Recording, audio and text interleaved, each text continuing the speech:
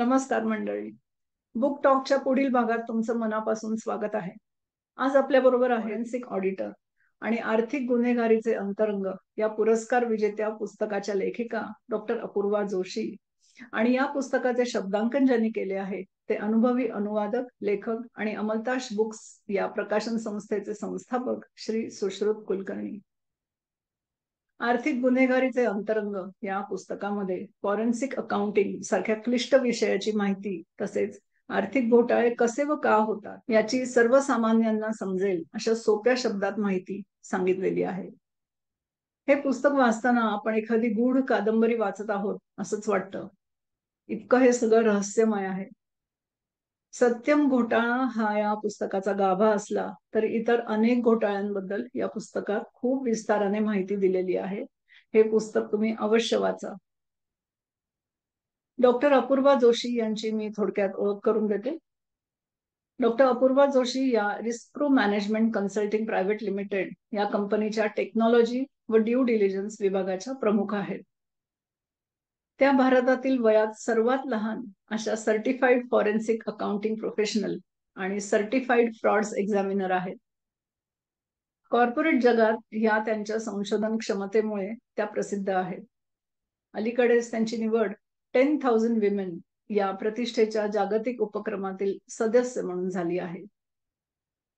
अनेक मान्यवर संस्थांमध्ये त्या सल्लागार म्हणून कार्यरत आहेत आणि 6 पब्लिक लिमिटेड कंपन्यांमध्ये त्या स्वतंत्र संचालक म्हणून काम करतात. या पुस्तकाचे शब्दांकन ज्यांनी केलं आहे ते श्री सुश्रुत कुलकर्णी हे अनुभवी संपादक आणि अनुवादक असून अमलताश बुक्स या प्रकाशन संस्थेचे ते संस्थापक आहेत. अष्टपैलू स्मार्टफोन हे त्यांचे अल्पावधीतच लोकप्रिय झालेलं पुस्तक आहे. तांत्रिक विषयाची सोप्या भाषेत ओळख करून देणे ही त्यांची हातोटी आहे. अनेक नामवंत प्रकाशन संस्थांबरोबर ते सल्लागार संपादक म्हणून काम करतात. चला तर गप्पा मारूया डॉक्टर अपूर्वा आणि सुश्रुत यांच्याशी या पुस्तकाबद्दल. डॉक्टर अपूर्वा आणि सुश्रुत, शो मध्ये तुमचं स्वागत आहे. धन्यवाद. धन्यवाद ललिताताई. आणि आय एम व्हेरी हॅपी की तुमच्या या प्रकल्पामध्ये मला सहभागी होता आलं आणि सहभागी होता येत आहे आणि माझ्या पुस्तकाबद्दल बोलता येत आहे. सो थँक्यू व्हेरी मच मला या पॉडकास्टमध्ये बोलावण्याबद्दल. You are welcome. Doctor Apurva, Harshad ते हिंडनबर्ग या व अशा अनेक आर्थिक घोटाळ्यांबद्दल तुम्ही या पुस्तकात विस्ताराने सांगितलंय. सध्या हिंडनबर्ग प्रकरण गाजतंय तर त्यापासून सुरुवात करूया. त्याबद्दल अधिक सांगाल? शुअर. नथन अँडरसन हा हिंडनबर्ग रिसर्चचा प्रवर्तक आहे, प्रमोटर ज्याला आपण म्हणू. त्याने या फर्मची स्थापना केली. हिंडनबर्ग हे कशासाठी नोन आहे की detail reports about the companies, म्हणजे प्रत्येक कंपनीबद्दल, मोस्टली लिस्टेड कंपन्यांबद्दल डिटेल रिपोर्ट्स, त्याच्यातले काही पेनफुल इश्यूज असतील की फ्रॉड आहे, पुअर मॅनेजमेंट आहे किंवा इन्फ्लेटेड स्टॉक प्राइस आहे, म्हणजे वाढवून दाखवलेली स्टॉक प्राइस आहे, अशासारखे बरेच इश्यूज ते त्यांच्या इन्व्हेस्टिगेटिव्ह रिपोर्ट्समध्ये पॉइंट आउट करून देतात. Basically they are a short seller firm. ही एक शॉर्ट सेलर फर्म आहे. आता शॉर्ट सेलर फर्म आपण कशाला म्हणतो, तर सोप्या शब्दात सांगायचं झालं तर शेअर्सचे भाव पाडून आपला फायदा करून घेणारी ही वित्तीय संस्था आहे. सो त्यांनी जगभरात वेगवेगळ्या कंट्रीज मधली वेगवेगळी कॉर्पोरेशन्स किंवा कंपन्या या टार्गेट केल्यात आणि त्यांच्याबद्दलचे काही इन्व्हेस्टिगेटिव्ह रिपोर्ट्स बाहेर आणलेले आहेत. आता सध्या हिंडनबर्ग प्रकरण किंवा हिंडनबर्ग रिसर्च ही ग्लेअरमध्ये परत एकदा का आलेली आहे, कारण आत्ताच अगदी वर्षाच्या सुरुवातीला हिंडनबर्ग म्हणजे नथन अँडरसननी हिंडनबर्ग रिसर्च ही संस्था आता बंद होणार आहे हे एक्स वरती जाहीर केलं.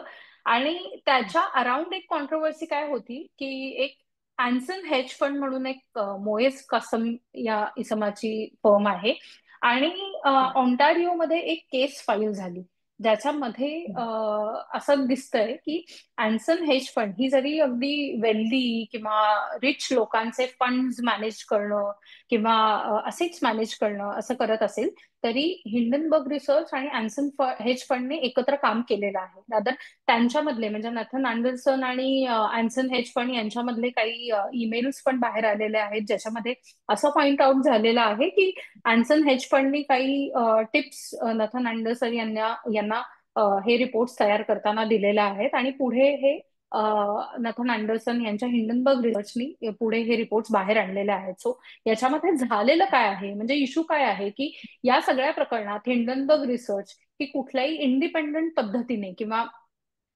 स्वतः रिसर्च करून त्यांनी हा रिपोर्ट, इन्व्हेस्टिगेटिव्ह रिपोर्ट केलेला आहे असं दिसत नव्हतं. आणि त्याच्यामुळे त्यांच्या इंडिपेंडन्स वरती प्रश्न निर्माण होत आहे. आणि असं जर असेल की अशा प्रकारचे हेज फंड आणि अशा प्रकारच्या रिसर्च फर्म या संगनमताने काही रिपोर्ट्स बाहेर काढत असतील, ज्याची शहानिशा अजून पुढे करणं बाकी आहे, म्हणजे एखाद्या लिस्टेड कंपनीलाही याच्यावरती रिप्लाय द्यायला वेळ लागतो, पण तोपर्यंत झालेलं काय असतं, अशा प्रकारचे फाइंडिंग्स बाहेर आलेल्यामुळे शेअर मार्केटमध्ये त्या त्या शेअर्सचे, त्या कंपनीच्या शेअर्सचे भाव प्रचंड प्रमाणात कोसळलेले असतात. आणि याच्यामध्ये मरतो कोण, तर छोटा म्हणजे स्मॉल शेअर होल्डर्स असतात ते मरतात.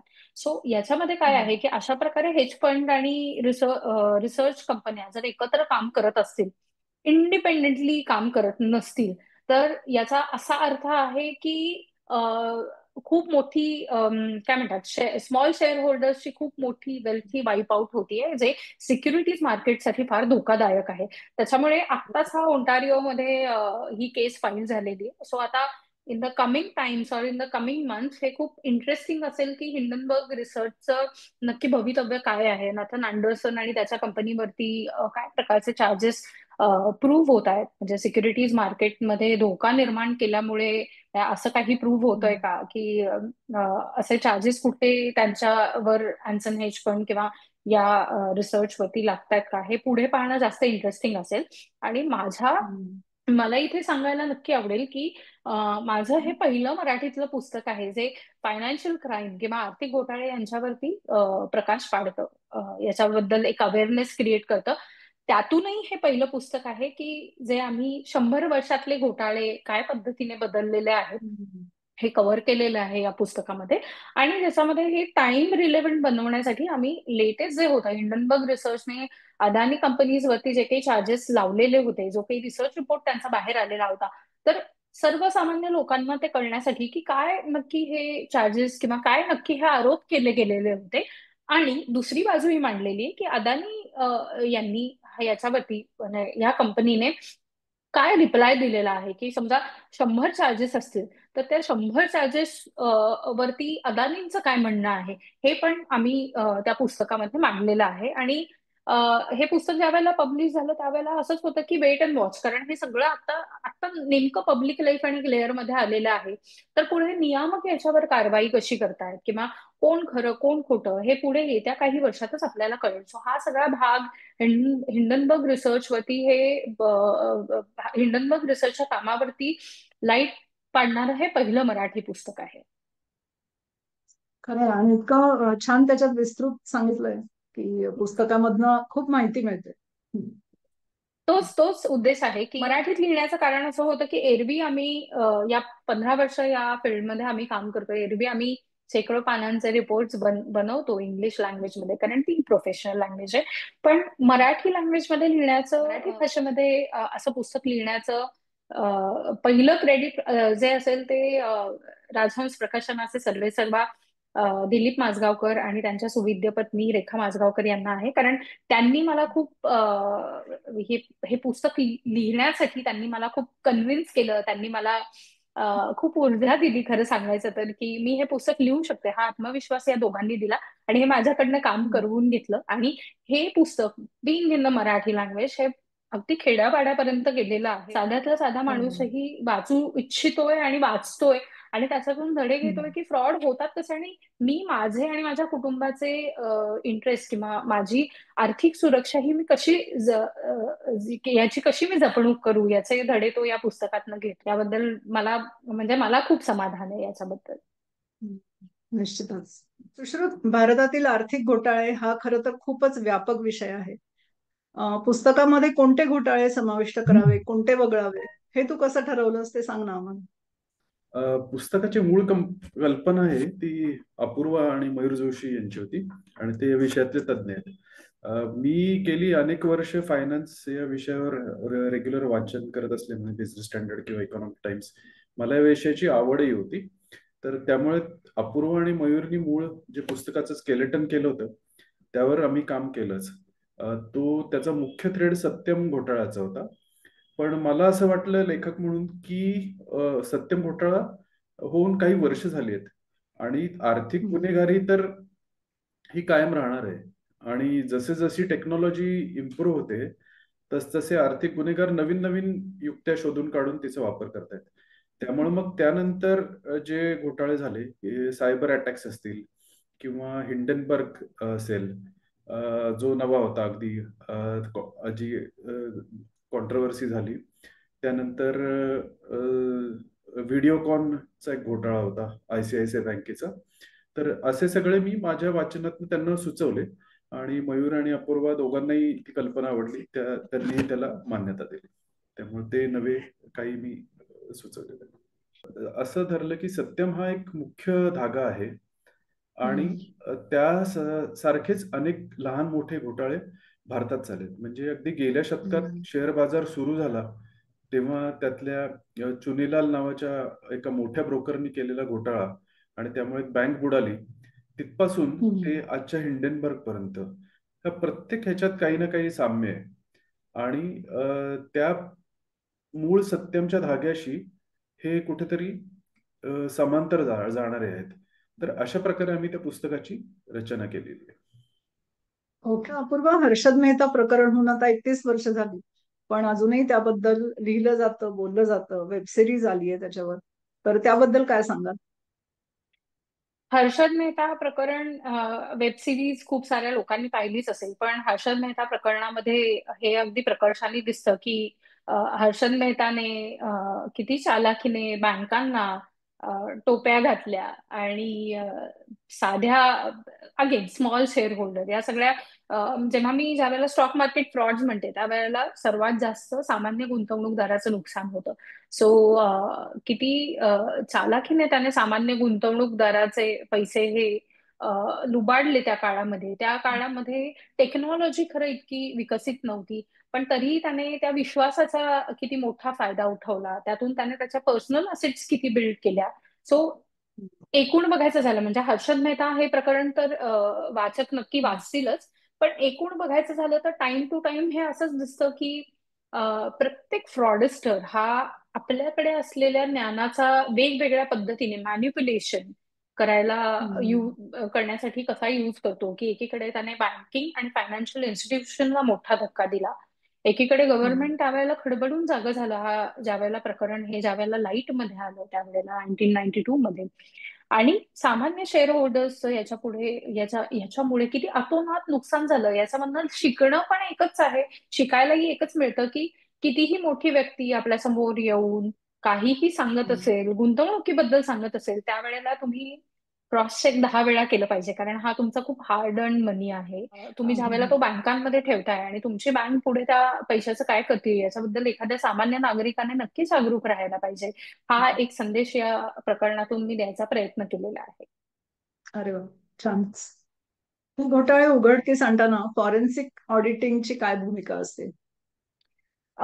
घोटाळे उघडकीस आणताना म्हणजे जनरली काय होतं की आतापर्यंत आमच्या क्षेत्रामध्ये हे सगळं पोस्टमॉर्टम ऍक्टिव्हिटी होती. म्हणजे घोटाळा घडून गेलेला आहे, त्यानंतर बँक किंवा कंपनीचे मॅनेजमेंट हे आमच्यासारख्या लोकांना अप्रोच होते.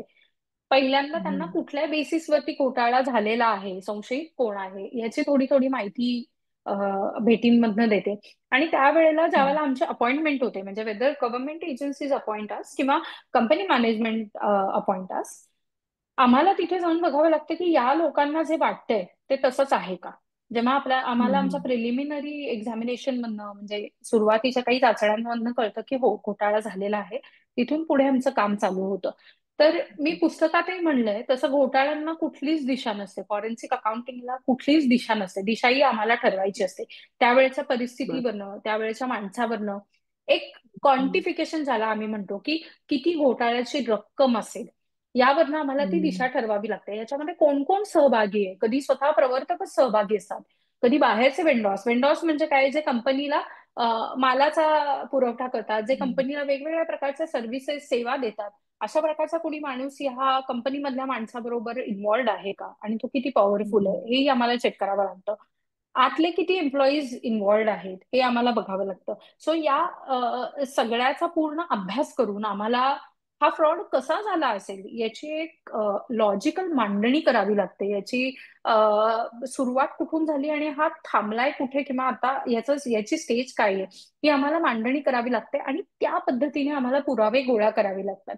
पुरावे एकदा गोळा झाले, त्याचा एक रिपोर्ट तयार झाला, कंपनी मॅनेजमेंटला हा रिपोर्ट सादर झाला किंवा एजन्सीज मध्ये हा रिपोर्ट सबमिट झाला, की मग पुढची स्टेज येते की कोर्ट केस होणार आहे का या प्रकरणावर. आणि कोर्ट केस जर होणार असेल तर हा रिपोर्ट ग्राह्य धरला जातो.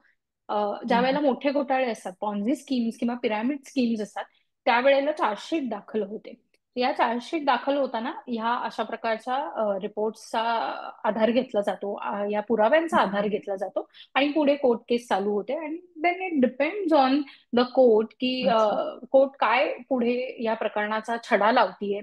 सामान्य गुंतवणूकदारांना कधी त्यांचे पैसे मिळतात हे त्या पद्धतीने, जेव्हा चार्जशीट फाईल होते त्याचा पुढे निकाल काय लागतोय, आणि पुढे सामान्य गुंतवणूकदारांना त्यांनी ठेवलेल्या रकमेपेक्षा काय रक्कम मिळू शकते, ती किती वेळाने मिळू शकते, हे पुढे वेळ, कोर्ट आणि गव्हर्नमेंट ऑथॉरिटीज डिसाईड करतात.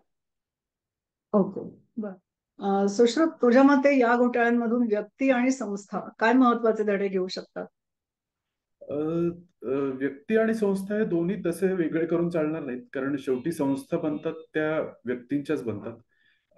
मग ती राजकीय संस्था असो, सामाजिक संस्था असो किंवा एखादी कंपनी असो.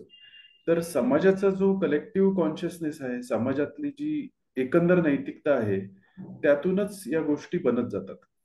तर आपला भर आता सगळा आहे तो प्रिव्हेन्शनवर आहे. म्हणजे मी सीसीटीव्ही कॅमेरे लावतो, मी इन्कम टॅक्स वाल्यांची तुमच्यावर नजर आहे, असं करून तुम्ही किती थांबवणार? जर व्यक्तींच्या मधली नैतिकता जागृत केली तर हे पोलिसिंग करण्याची गरज कमी कमी होत जाईल किंवा नंतर उरणार नाही, अशी अपेक्षा आहे. तर या प्रकाराने मी त्याच्याकडे पाहिलं पुस्तक लिहिताना, आणि हे पुस्तक त्याला नक्की मदत करेल अशी मला खात्री आहे. बरोबर. पुस्तकात तुम्ही सत्यम घोटाळ्याबद्दल इतकं छान लिहिलंय, सविस्तर लिहिलंय, तर ते वाचताना डोकं सुजणं होतं. म्हणजे किती तो हव्य असं वाटतं. त्या अनुभवाबद्दल सांगाल का? खरं सांगायचं तर मी अप्रत्यक्षदर्शी साक्षीदार अशी मी म्हणू शकेन. कारण मी स्वतः हैदराबादमध्ये CBCID किंवा CBI यांच्यासोबत पुढे काम करत नव्हते. मी ज्यांच्या हाताखाली काम करत होते, माझे आर्टिकलशिप करत होते, मिस्टर मयूर जोशी यांना अपॉइंट केलं गेलेलं होतं. आणि त्याची हिस्ट्री पण अशी होती की पुण्यातल्या एक गीता नायर नावाचा पत्रकार आहेत, ज्या फायनान्शियल एक्सप्रेस बरोबर त्या काळातही काम करत होत्या ज्यावेळेला हे प्रकरण उघडकीस आलं. आणि त्या खूप चौकस पत्रकार आहेत. त्या प्रत्येक गोष्टीच्या अगदी मुळाशी जाऊन त्याची पूर्ण माहिती घेतात, आणि ती माहिती त्यांना पटली तरच त्याच्याबद्दलची बातमी करतात.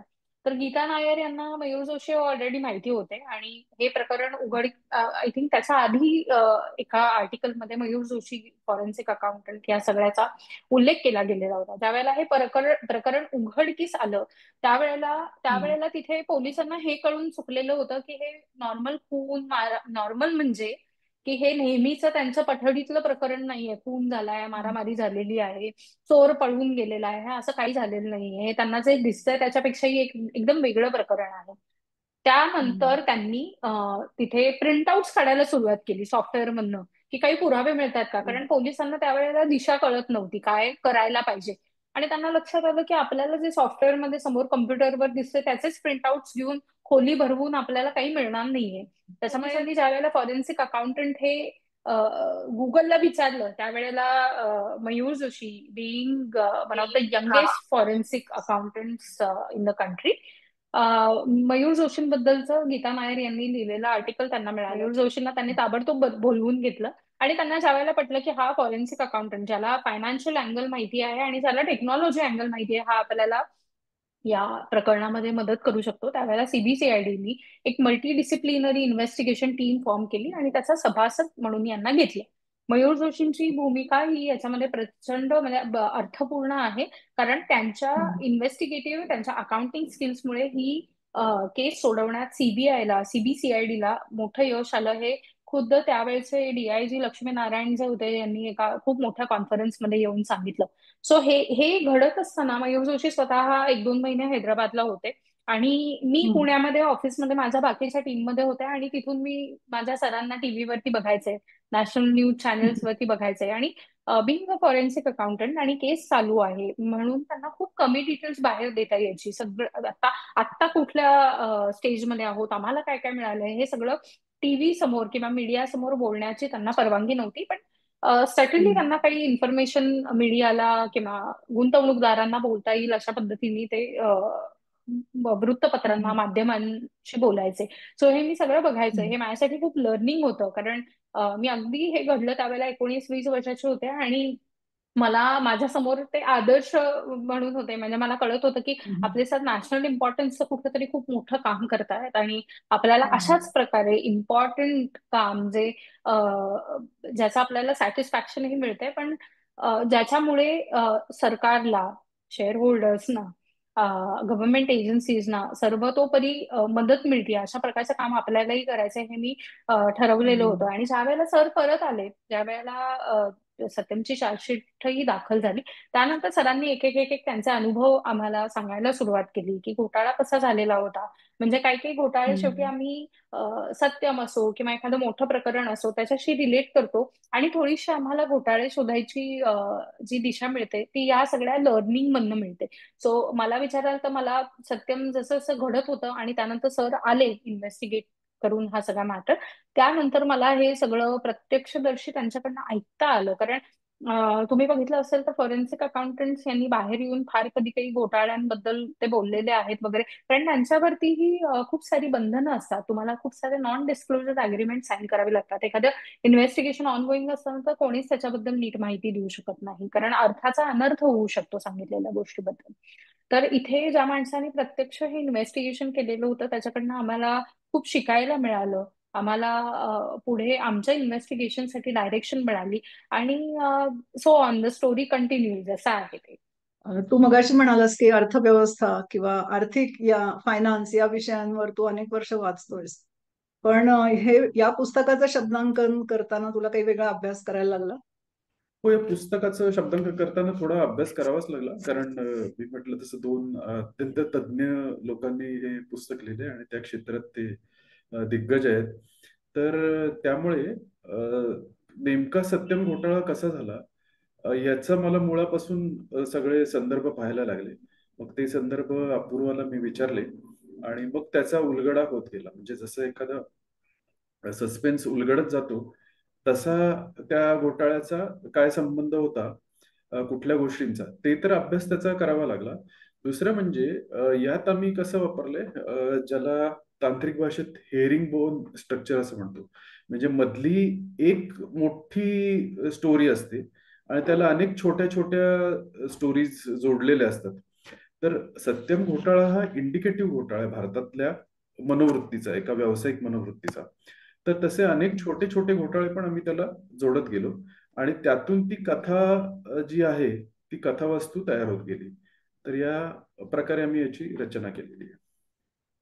बर. मयूर जोशी यांनी अमेरिकेतली फॉरेन्सिक अकाउंटिंग या ज्ञानशाखेचे ठोकताळे आणि नियम जसेच्या तसे भारतात न आणता ते भारताच्या दृष्टीने बदलून त्याचा उपयोग केलाय ना? खरंय. बरोबर. आणि त्याच्यामध्ये आहे असं की अमेरिकन अकाउंटिंग सिस्टीम जी आहे आणि भारतीय अकाउंटिंग हम्म. सिस्टीम आहे ही वेगळी आहे. ज्या पद्धतीने तिकडे हम्म. बॅलन्स शीट बनवलं जातात आणि आपल्याकडे balance sheet, profit and loss account बनवलं जातो, याच्यामध्येही साधारण म्हणजे बरीच तफावत आहे. सो आपल्या हम्म. इंडियन कॉन्टेक्स्टशी, इंडियन लॉशी जुळवून घेणारं इन्व्हेस्टिगेशन आणि त्या पद्धतीने ज्ञान असावं, त्या पद्धतीने लोकांना याचं ज्ञान व्हावं. आणि अशा प्रकारच्या हम्म. फॉरेन्सिक अकाउंटंट्सनी पुढे बँकिंग क्षेत्रात, गव्हर्नमेंट एजन्सीज बरोबर, इन्शुरन्स कंपन्यांमध्ये किंवा इव्हन इन्व्हेस्टिगेशन कंपन्यांमध्ये योगदान द्यावं, या पद्धतीने त्यांनी इथे काही अभ्यासक्रम बनवले. त्यांची जी कंपनी आहे इंडिया फॉरेन्सिक, म्हणजे हा जो ब्रँड आहे हा पहिला हम्म. भारतातला ब्रँड आहे किंवा हा पायोनियर ब्रँड आहे फॉरेन्सिक अकाउंटिंगचं ज्ञान देणारा किंवा फॉरेन्सिक अकाउंटिंग रिलेटेड सर्टिफिकेशन्स देणारा. सो त्यांचं भारतातलं फॉरेन्सिक अकाउंटिंग, अँटी मनी लॉन्ड्रिंग या विषयातलं योगदान जे आहे ते खूप मोठं आहे. केवढं मोठं काम केलं त्यांनी खरंच. हम्म. ऍब्सोल्युटली. आणि त्यांच्याकडनंच मला आणि हम्म. माझ्या बरोबर ज्या वेळेला आर्टिकलशिप करणारी वेगवेगळी मुलं होती, आम्हाला खूप शिकायला मिळालं. सुश्रुत, अर्थव्यवस्था घोटाळे हे शब्द तसं सामान्य माणसाला पटकन न कळणार आहेत. पण पुस्तक वाचताना हे विषय अजिबात क्लिष्ट वाटत नाही आणि जणू काही एक रहस्यमय कादंबरी आपण वाचत आहोत असं वाटतं. तर हे तू कसं साध्य केलंस? अ, याकरता मी रोजच्या बोलीभाषेत जे शब्द असतात, सामान्य माणूस जे शब्द वापरतो, त्यांचीच मुद्दाम निवड केली. कारण अति मराठीकरण केलं तरी वाचायला ते खडा लागल्यासारखं होतं. काही तांत्रिक शब्द आपण नेहमी वापरतो. उदाहरणार्थ ऑडिटर हा शब्द खूप रुळला आहे. त्याऐवजी लेखापरीक्षक म्हटलं की ते वाचणाऱ्याला ठेचा लागतात वाचताना. तर नजरेला ठेचा लागू नयेत याची काळजी घेण्यासाठी मी काही मुद्दामच नेहमीच्या प्रचलित भाषेतले शब्द वापरले. कारण हा पुस्तकाचा विषयच मुळात क्लिष्ट आहे. त्यातून शब्द आणखीन क्लिष्ट वापरले असते तर वाचकाला कठीण गेलं असतं. त्यामुळे पुस्तक जास्त रंजक करण्यासाठी एखादी रहस्यकथा असेल त्याप्रमाणे याची रचना केली आणि तसेच शब्दप्रयोग यात मुद्दाम वापरलेले आहेत. आता आर्थिक आणि आता सायबर गुन्हे देखील मोठ्या प्रमाणात समोर येऊ लागलेत. मग बरोबर. या आर्थिक गुन्ह्यांचा तपास नेमका कसा केला जातो? अ, आर्थिक गुन्ह्यांचा आम्ही कसा तपास करतो हे आम्ही आता तुम्हाला जर सांगितलं. पण गव्हर्नमेंटकडे किंवा एजन्सीजकडे किंवा इकॉनॉमिक ऑफेन्स विंग असेल यांच्याकडे रिपोर्ट गेल्यानंतर पुढे त्यांच्या एंडनी त्यांना जो काही ऍडमिनिस्ट्रेटिव्ह आणि लीगल त्या म्हणजे लीगल त्या फ्रेमवर्क मधला टाइम लागतो तो लागणारच आहे. म्हणजे त्याच्यामध्ये आम्ही ऍज अ फॉरेन्सिक अकाउंटंट ही कुठली भूमिका बजावू नाही शकत. एवढंच आहे की आता वेळ काळ जसा पुढे जातोय तसं हळूहळू पोलीस डिपार्टमेंट पण टेक्निकली हळूहळू इक्विप्ड होत आहे. पोलिसांनाही टेक्नॉलॉजीचं ज्ञान असणं हे खूप आवश्यक आहे अशा प्रकारचे घोटाळे सोडवण्यासाठी. सो म्हणजे आय एम रिअली होपफुल आणि आय एम अज्युमिंग की अशा प्रकारचं प्रशिक्षण हे पोलिसांना दिलं जात आहे, प्रोव्हाइड केलं जात आहे, स्पेशली असे पोलीस की जे इकॉनॉमिक विंग किंवा इकॉनॉमिक ऑफेन्सेस रिलेटेड काम करतायत. सो अशा प्रकारे त्यांना टेक्नॉलॉजी रिलेटेड ज्ञानही दिलं जातं. डोमेन एक्सपर्ट म्हणून आमच्यासारख्या फॉरेन्सिक अकाउंटंट्सना, इव्हन चार्टर्ड अकाउंटंट्सना अशा प्रकारच्या असाइनमेंटमध्ये एंगेज केलं जातं. आणि ज्या वेळेला आम्ही क्रिमिनल कोण आहे, फ्रॉड कसा झालेला आहे, क्वांटिफिकेशन किती आहे, त्याचे पुरावे हे त्यांच्या पुढे सादर करतो, त्यावेळेला त्यांचं पुढचं काम सगळं चालू होतं. तंत्रज्ञान एवढं विकसित होत आहे हो. की त्याचा वापर करून भविष्यात आर्थिक घोटाळे पूर्णपणे रोखता येतील असं वाटतं का? पूर्णपणे तर निश्चित रोखता येणार नाही, कारण मगाशी सुश्रुतने मेन्शन केलं तसं की जोपर्यंत माणसाची नियत बदलत नाही, म्हणजे तुम्ही बाकी अगदी ऑर्गनायझेशन मध्ये पण प्रशिक्षण द्याल की घोटाळे कसे करू नयेत आणि तुम्ही किती विजिलंट राहावं, घोटाळे केल्यानंतर आम्ही काय ऍक्शन्स घेऊ, पण पर्यंत माणूसच स्वतःच्या ग्रीडला किंवा स्वतःच्या म्हणजे हव्यास ज्याला म्हणतो आपण, हव्यासाला किंवा आपल्या इल इंटेन्शन्सना जोपर्यंत मुरड घालत नाहीये, जोपर्यंत त्या गोष्टींपासून दूर होत नाहीये, तोपर्यंत घोटाळे पूर्ण पद्धतीने थांबणं हे केवळ अशक्य आहे. टेक्नॉलॉजी वापरून घोटाळे सर्रास होत आहेत आजकाल आणि ते खूप डेंजरस लेवलचे आहेत आणि त्याच्यामध्ये जो काही माणसाचा पैसा जातोय तो त्याची गणती जेवढी आपण करू तितकी कमी. तुम्हाला तुमच्याशी आत्ता बोलतीये आत्ताचा आकडा आणि अजून एका तासाभराने फ्रॉड्सला ज्या पद्धतीने लोक फ्रॉड्स पायी पैसे घालवतात तो आकडा, ह्याच्यामध्येही फरक असेल. इतक्या फास्ट पद्धतीने घोटाळे इव्हॉल्व्ह होत आहेत आणि लोक त्याला बळी पडतात. सो दोनच गोष्टी की एक तर लोकांना व्यवस्थित अवेअर करून त्यांना या घोटाळे आणि या मनोवृत्तीपासून, असे घोटाळे करावेत या मनोवृत्तीपासून तुम्ही जेवढे बाजूला आणाल, तुम्ही जेवढे त्यांना डिस्ट्रॅक्ट कराल आणि तो माणूस त्या पद्धतीने वागेल, हे महत्वाचं आहे. तितकंच हेही महत्वाचं आहे की हे घोटाळे होत आहेत आणि आपण सामान्य नागरिक म्हणून आपण किती व्हिजिलंट राहायला पाहिजे, आपण एखाद्या गोष्टीची तपासणी पडताळणी ही कशी केली पाहिजे, हे ज्या वेळेला लोक अवेअर होतील याच्याबद्दल, त्यावेळेला मी एवढं म्हणू शकेन की घोटाळ्याची व्याप्ती थोडी कमी होईल, पण घोटाळे बंद नाही होणार. आर्थिक फसवणूक होते, घोटाळे होतात, त्याचा अर्थव्यवस्थेवर तर परिणाम होतोच, पण सर्वसामान्य गुंतवणूकदार असतो त्याच्या विश्वासावर केवढा परिणाम होत असेल, बरोबर ना? निश्चित निश्चित. म्हणजे खूप लोकांना, म्हणजे मी नेहमी एक उदाहरण सांगते की ज्या वेळेला 9/11 झालं त्यावेळेला 9/11 हे फक्त लोकांना मारण्यासाठी झालं नाही. त्याचा इतका मोठा स्टॉक मार्केटवरती आणि जागतिक स्टॉक मार्केट्सवरती इम्पॅक्ट होता की खूप साऱ्या लोकांचे पैसे बुडले, खूप साऱ्या ब्रोकर्सनी आपल्या क्लायंट्सचे जे पैसे लावलेले होते स्टॉक्समध्ये ते बुडले. त्यावेळेला अशा लोकांनी आत्महत्या केल्या. सो मानसिक परिणामही खूप मोठा होतो. ज्यावेळेला माणूस आत्महत्या करतो त्याची फॅमिली डिस्टर्ब होते. गुंतवणूकदारांचे पैसे जातात पण माणूसही जीवानिशी जातो. सो मला विचाराल तर पैसा गेला याच्याबरोबर आपल्या विश्वासालाही तडा बसला. हे पचवणं खूप अवघड असतं. सो घोटाळा होतो, माणसाचे पैसे जातात, फक्त माणसाला त्यातनं किंवा आम्ही जे विक्टिम्स बघतो त्यांना त्यातनं सावरायला बराच काळ जातो. त्यानंतर असे ट्रस्ट इश्यूजही निर्माण होतात की काही काही लोक, ओळखीचे लोक आहेत ज्यांचे एखाद्या पिरामिड स्कीम मध्ये, पॉन्झी स्कीम मध्ये पैसे गेलेले आहेत. ती लोक पुढे इन्व्हेस्टमेंट करताना खूप काळजीपूर्वक करायचा प्रयत्न करतात. त्यांना ती पुढे रिस्क घ्यायची नसते. बरोबर. देशात घडलेल्या राजकीय घोटाळ्यात मोठ्या प्रमाणात आर्थिक भ्रष्टाचार झालाय आणि तो एका स्वतंत्र पुस्तकाचा विषय आहे, असं तुम्ही तुमच्या पुस्तकाच्या प्रस्तावनेत म्हटलंय.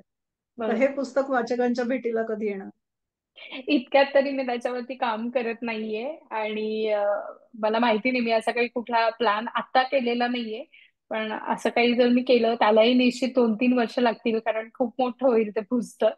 आणि निश्चितच म्हणजे असं काही लिहायला किंवा अशा प्रकारच्या काही गोष्टी लोकांपुढे आणायला मला नक्की आवडेल. पण आता त्याच्यासाठी जी काही टाइम, एनर्जी द्यावी लागेल ती तेवढी आता माझ्याकडे नाहीये.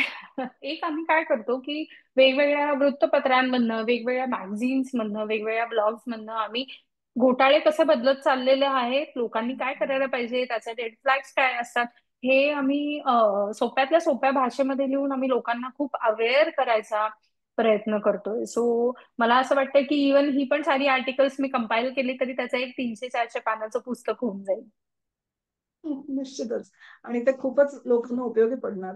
नक्कीच नक्कीच नक्कीच. ही आर्टिकल्स किंवा हे अशा प्रकारचे व्हिडिओज बघून लोकांचे खूप सारे आम्हाला मेल्स येतात, मेसेजेस येतात. आणि म्हणूनच मी म्हणते की ऍटलिस्ट लोकांपर्यंत हे जरी पोहोचलं की स्वतःचा इंटरेस्ट, फायनान्शियल इंटरेस्ट सेफगार्ड करण्यासाठी काय केलं पाहिजे, तरी पुष्कळ आहे. नक्कीच. डॉक्टर अपूर्वा, तुम्ही ही माहिती जी सांगताय वेगवेगळ्या पॉडकास्टवर किंवा वृत्तपत्रांमधनं, आर्टिकल्समधनं, ब्लॉग्समधनं, तर ते ही खरंच खूप मोठं समाजकार्य तुम्ही करताय असं मला वाटतं. आणि ते तुम्ही केल्यामुळे समाज प्रबोधन होतंय हे मला नक्कीच माहिती आहे. तर तुम्ही आज माझ्या शोवर येऊन ही माहिती पुस्तकाबद्दल दिली त्याबद्दल खूप धन्यवाद. धन्यवाद ललिताताई. आणि खूप छान वाटलं मी इतरही तुमचे काही व्हिडिओज पाहिलेले आहेत, व्हेरी इन्फॉर्मेटिव्ह. हे फक्त पुस्तकाचं प्रमोशन नाहीये त्यात, वेगवेगळे म्हणजे वेगवेगळ्या क्षेत्रातले ऑथर्स, त्यांची बॅकग्राऊंड, त्यांचं कामही लोकांपर्यंत पोहोचतंय. सो हा अगदी स्तुत्य उपक्रम आहे आणि या उपक्रमाचा मला आणि सुश्रुतला पाठ होता आलं याचा आम्हाला खूप आनंद आहे. धन्यवाद. तुमच्या पुढच्या ग्रेट. प्रकल्पांसाठी तुम्हाला शुभेच्छा. धन्यवाद. धन्यवाद. तर मंडळी, आर्थिक फसवणूक, आर्थिक घोटाळे याबद्दल या पुस्तकात सविस्तर माहिती दिलेली आहे आणि ती आपण सगळ्यांनी जरूर वाचावी असं मला वाटतं. कारण आर्थिक गुन्ह्यांपासून आपण सावध कसं राहावं, सावधगिरी कशी बाळगावी हे आपल्यालाही कळायला हवं आणि आपण ते इतरांनाही सांगायला हवं असं मला वाटतं. पुस्तक कुठे विकत घेता येईल त्याची लिंक मी डिस्क्रिप्शन बॉक्समध्ये दिलेली आहे, ती अवश्य बघा. तर भेटूया पुढच्या बुक टॉकच्या भागात. तोपर्यंत धन्यवाद.